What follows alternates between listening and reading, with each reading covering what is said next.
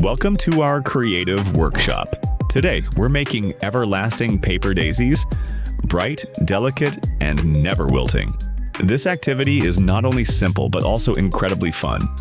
A perfect way to spend quality time with your child while developing fine motor skills, imagination, and a love for crafting.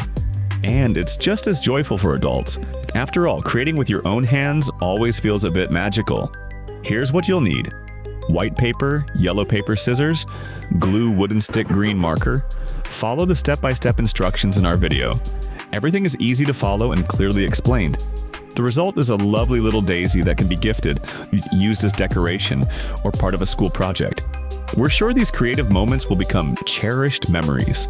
On our YouTube channel, you'll find even more fun, easy, and beautiful craft ideas. Subscribe so you don't miss any new tutorials. Like the video if you enjoyed it, leave a comment. We'd love to hear your thoughts and get inspired by your feedback. Your support means the world to us. Thank you for being with us.